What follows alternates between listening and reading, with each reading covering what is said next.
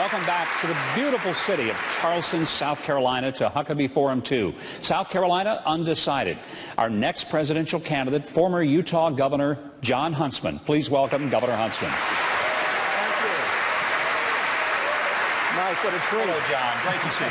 What an honor. Thank you. I appreciate it. Thank you very much. And once again, we're going to do what we did before. We're going to go to Congressman Tim Scott, who has our first question for Governor Huntsman. Thank you, Governor. Inga Sullivan. Hi there. In the first 30 days as President of the United States, what could you do to have any positive impact on America and people like me that may vote for you? Thank you for the question. And let me say first and foremost, it's an honor to be with Governor Huckabee. The last time we were on a stage together, we were playing with a rock band called REO Speedwagon. Yes, we were. Have a hard time figuring that one out. It was fun. Thank you for the question. The answer is very simple, and that is I would lead. Today we have no leadership. We have no one who is doing what needs to be done on Capitol Hill and driving forward the work of the people.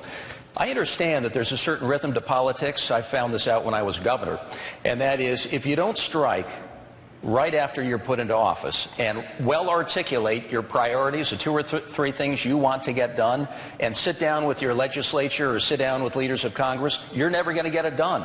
And I would be very clear on the three things that I want to get done starting my first day in office, and that would be tax reform. Why? Because we're driving a 1955 Chevy trying to travel on the superhighway of the 21st century, and we wonder why we can't compete. And I'd say number two is cleaning up the regulatory mess that we find in this country that is inhibiting our creative class from doing what they do best.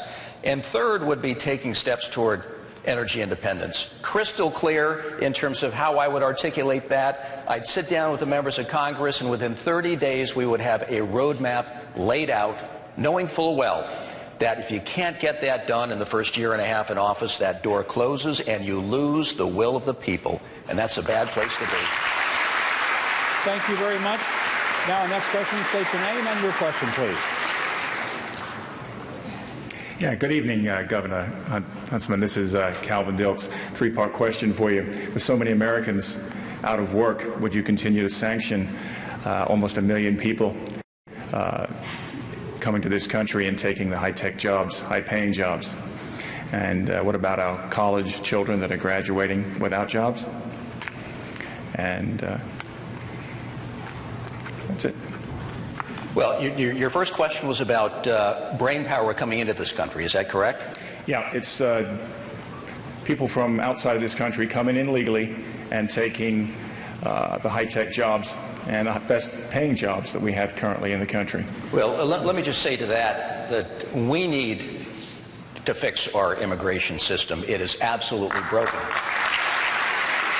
And number one, we owe it to the people of this country in order to have any intellectual honesty at all around immigration to secure the southern border. And I would look forward to working with the border governors and making sure that we got that done. But while doing that, we also need to remember that we have a problem in the movement of people. So for those who are coming into our country, studying at our universities, I would like to incentivize them to stay behind and use their brain power to help expand and develop our economic base to help create jobs. This is the way this economy has always benefited. And I would also say that while we're at it, you know, this country has lost a huge amount of market share in the area of travel and tourism. I'd say, Mike, right here in Charleston, a very significant impact to this economy. We've gone from 17% of inbound travel and tourism to about 10% market share.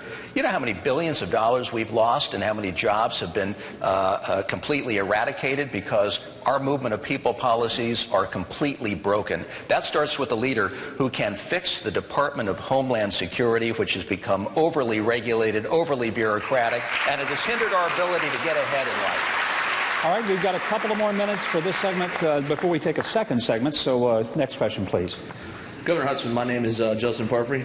You are adamantly pro-life. However, you place stipulations on the definition in cases of rape, incest, or harm to the mother. If every single life is created by God, how do we place stipulations on these lives, and what would you do as president to protect them? I'm very clear on my pro-life philosophy. I have always been pro-life, and I always will be. And I have a daughter sitting right there in front of you. Her name is Gracie May. She's from China. She was born in a country where life isn't always valued. She was abandoned at 2 months of age in a vegetable market. We now have her in our family, and I thank her mother every day for giving her life. I have stipulations with rape and incest and health life of the mother.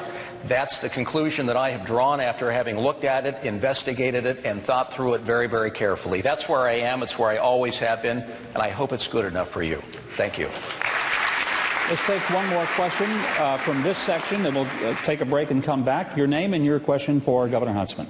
Good evening, Governor. My name is Jack Rossi. The ultimate candidate for this most highest of offices could face the possibility of $1 billion worth of dirty tricks. Do you anticipate, in that respect, sir, the creation of an undercurrent of religious prejudice? If so, how do you plan on defending your faith and your beliefs? Thank you, Jack. I intend to defend who I am, my faith, my beliefs, and my family by being who I am. Because in the end, the good voters and the good people of this country are going to come to know the nominee of the Republican Party in every way, shape, and form. And they're going to come to know the family of the nominee of this party.